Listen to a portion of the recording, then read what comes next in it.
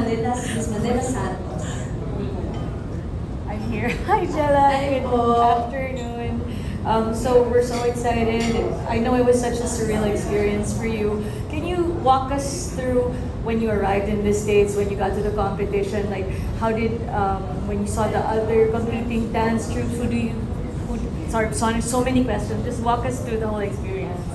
Okay, so I arrived with Coach after Kuya Artu's wedding. So after the wedding, right after, I went down from Baguio and went straight.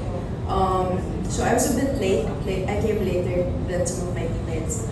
And as soon as we got there, well, yeah, we trained. We trained for 2 days. 2 days, and then we had blocking day on the third day, and blocking day was just the stage run, so that wasn't the competition yet. And then after that, we had delegations, which was like the introduction of all the teams that were competing, all the countries. And then that was on the third day. And then after that, we trained and we started the first day preliminaries. Preliminaries. And we placed first na po agad. And after that, the second day, semis, we placed first again. Bumaba po yung score actually sa semis, but then everyone's scores went down naman din po. So, yeah, and then we had one rest day before finals. But in that rest day, we also trained. We also had training. And yeah, then finals. Before flying out, who did you think was going to be your biggest competitions out of all the 50 plus dance troops there? Bawal tumingin kay Coach. Dominican Republic. Yeah, I think Japan, New Zealand. yeah, US. Japan, New Zealand, Dominican Republic. But I think because we knew that Dominican Republic has beat legit before, so it was kind of 2017. So yeah, it was something to look out for. And then Japan, usually New Zealand, this year, New Zealand won in so many different divisions too. So yeah. And then my last question, how did you get over the jitters before you stepped on stage for that final performance? Usually for me, actually, I really have bad stage fright. Usually before I enter, naninigas po ako. I can't move. And we have to warm up po. So what I usually do before entering is my warm up is just planks or something that doesn't require so much movement, basta I'm sweating. I don't know, honestly. I think as soon as I get on stage every single time, like with any performance or competition in general, as soon as I get on stage, it just, wala. Parang I'm there na eh. So, gagawin ko na lang kasi andito na ako. So usually, I work with adrenaline, which is good but bad also. So, yeah, minsan while I'm dancing, hindi ko nararamdaman if what I'm doing is right. Like, after na lang, it's like, oh, okay, that felt good. Thank you. Thank you. Thank you, Miss Manila. Dahil isa yun sa yung mga tinanong nyo, yung talagang gusto sana rin, nandito rin sana tatanong mo. Natanong nyo na. So, thank you so much. And thank you, Gela, for running us through. Kasi it's really something na ngayon lang siya nasusuwalat sa world, yung mundo ng isang dancer. Na usually kasi yung napapanood natin yung finished product na yun. Pero hindi natin nakikita yung walang tulog, hindi ko sasabihin walang kain kasi kailangan kumain. Pero yung disiplina na pinagdadaanan ng bawat isang dancer. Next, let's hear from Nash Tabares. He is a vlogger. Hi, Gela. Hi! Medyo normal na sumasayaw yung mga young persons natin. Pero for someone na sumali sa mga nagko-compete, bakit mo na piling sumali sa isang group na nagko-compete? I think po, as soon as I started dancing, I really started competing. As soon as, yes po. When I entered my team in Incredible, my first year I competed. So I think I was raised as a competitive dancer po talaga. I honestly haven't experienced dancing just for like training just for performing unless like it's for a concert or for yeah. But usually po I've been training to compete. So I do enjoy it because the sense of fulfillment and iba rin po talaga yung commitment you need for competition training and for just like performances. Yeah, I guess I really like the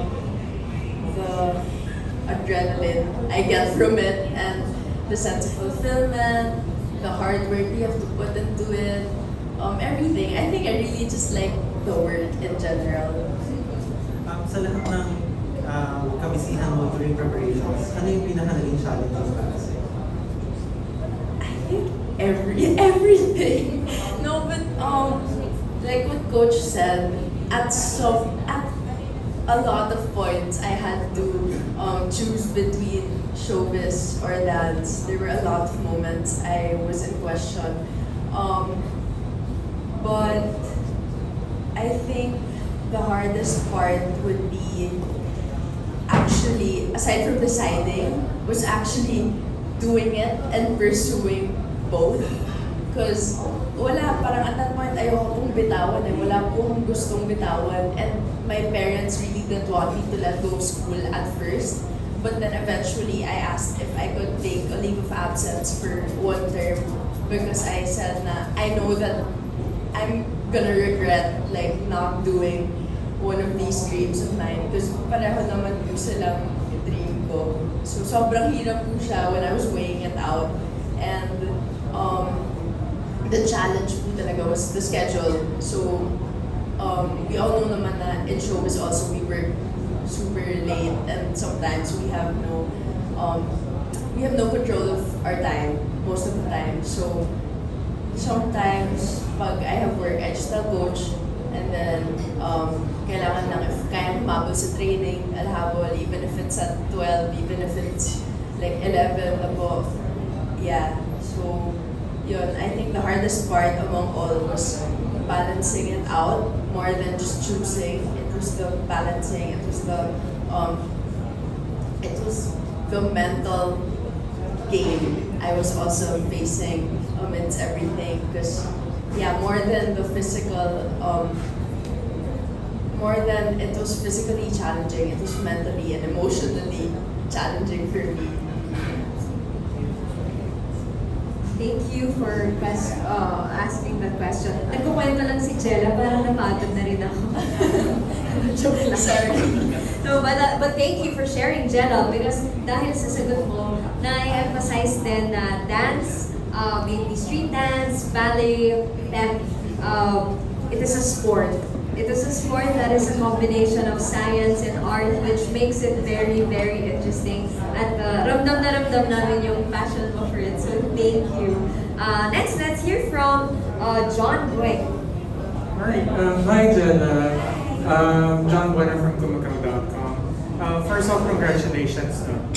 It's really, really a big thing. I've been following WDC, the really big dance competitions since earlier because of YouTube, of course.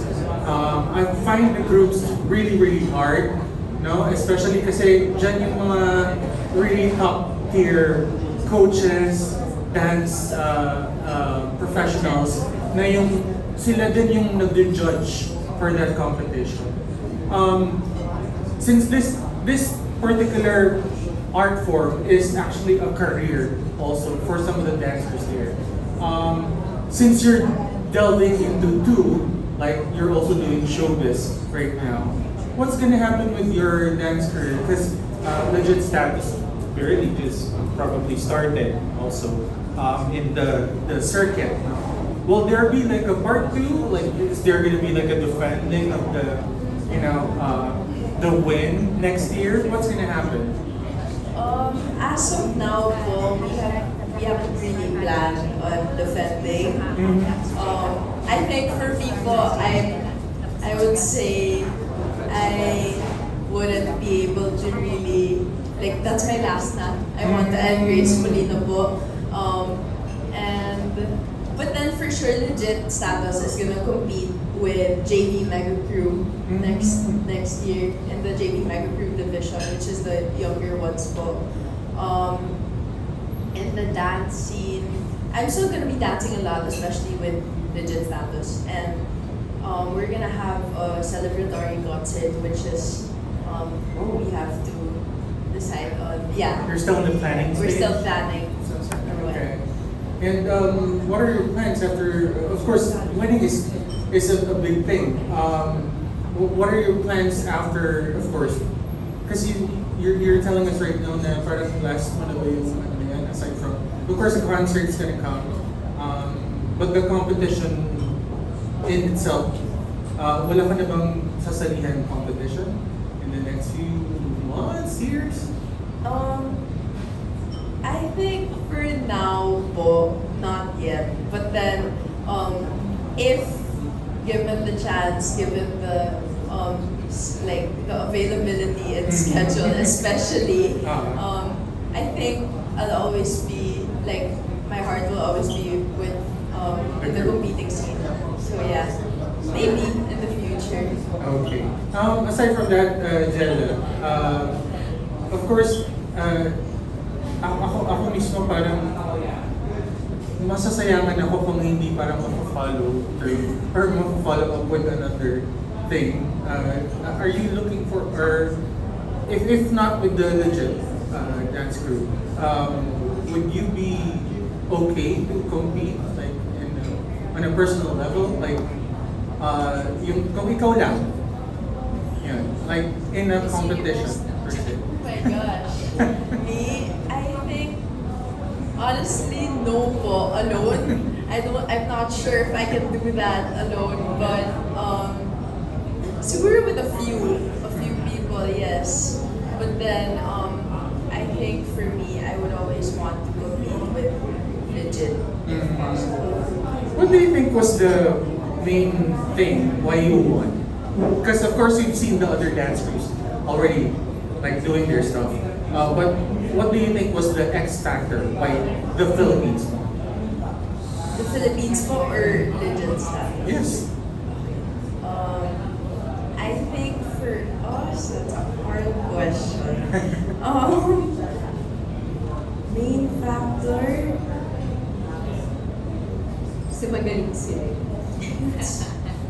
Marami kasi magaling po sa Pilipinas talaga. So, it's hard to answer that question because everyone has the heart. Sasabihin ko po sana yung puso. Pero halos lahat ng team dito, malakas po yung parang everyone's passion for what they do in the Philippines is insane. So, I don't know how to answer, but I guess for legit, what really made us win was our eagerness to get there and the perseverance, everything we put into it, the work, the thought process, even just to make the piece, all the drafts made, because there were a lot of drafts for the piece, there were a lot of revisions, even up until the last day before finals. So I think what really made us win was the collaboration of all the choreographers, all our senior choreographers and Coach Bimmy.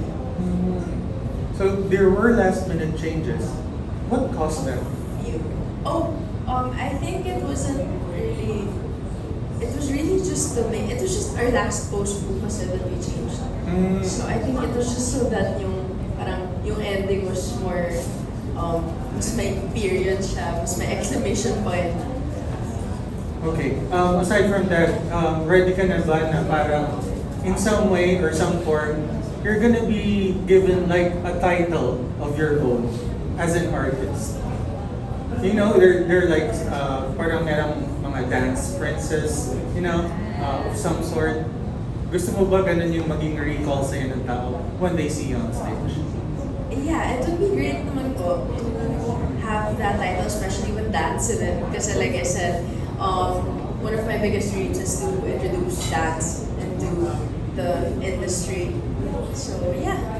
Did you have the same, because when Arjo and of course your sister were starting out in the industry, it was hard to actually go beyond the shadow of your mom.